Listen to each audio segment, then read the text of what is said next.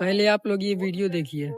जिस हिसाब से देश में पत्रकारों पर हमले होते चले आ रहे हैं, अब भारत की स्थिति यहाँ तक आ पहुंची है कि भ्रष्टाचार बचाने से पहले पत्रकार बचाने होंगे।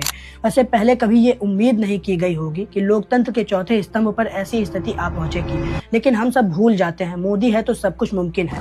2025 की फ्री स्पीच कलेक्टिव की रिपोर्ट बताती है कि देश भर में कुल 14,875 मामले पत्रकार उत्पीड़न के दर्ज हुए। 8 से 9 पत्रकारों की हत्याएं हुई और 33 पत्रकारों पर सीधा हमले दर्ज किए गए। 40 से अधिक मामलों में हिंसक मामले सामने आए। मैं तो कहूँगा ये फ्री स्पीच कलेक्टिव की रिपोर्ट नहीं है, ये लोकतंत्र के पोस्टमार्टम की रिपोर्ट है। आज पत्रकारों द्वारा जरा से भी तीखे सवाल पूछ लेने के बाद या फिर किसी मामले को एक्सपोज कर देने के बाद मुझे क्या आप सभी लोगों को भी लगता होगा पत्रकार अभी जिंदा होगा या फिर नहीं। ऐसे विचार इसीलिए आते हैं क्योंकि हम सभी लोगों ने एग्जाम्पल देख रखे हैं। जिस तरह से मुकेश चंद्राकर से लेकर अभी 5 जनवरी की रात को त्रिपुरा की राजधानी अगरतला में 2 आदिवासी पत्रकारों समीर देव वर्मा और जिमी देव वर्मा पर क्रूर हमला हुआ। ये बातें बताती हैं कि पत्रकार और फ्री स्पीच कितनी असुरक्षित हो चुकी है देश में। इस कड़ी का सबसे ज्यादा हाईलाइटेड मामला विकास साहू के साथ हुआ। ये भी एक बाहुबली डोमिनेशन का उदाहरण है।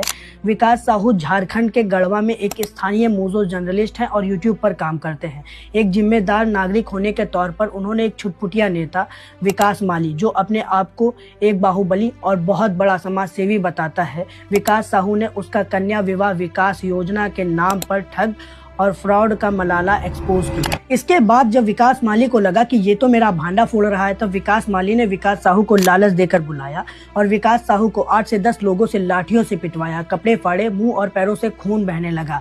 तब विकास साहू ने इस लड़ाई से हटकर अपनी जान बचाकर 6 से 7 किलोमीटर पैदल दौड़कर पुलिस थाने पहुंचे।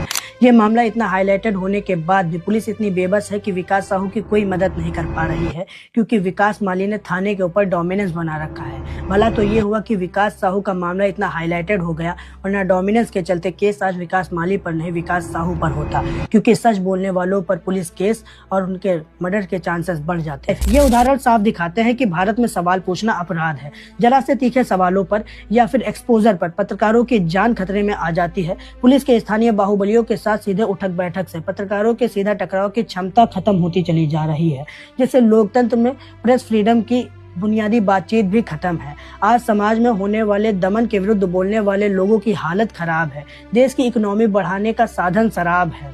भारत की हालत एकदम बेकार है। रेपिस्टों के गलों में हार है, फिर भी अंधभक्त कहते हैं देखो कितनी अच्छी सरकार है। मैं तो फिर भी कहूँगा कि ऐसी जिंदगी जीने पर धिक्कार है।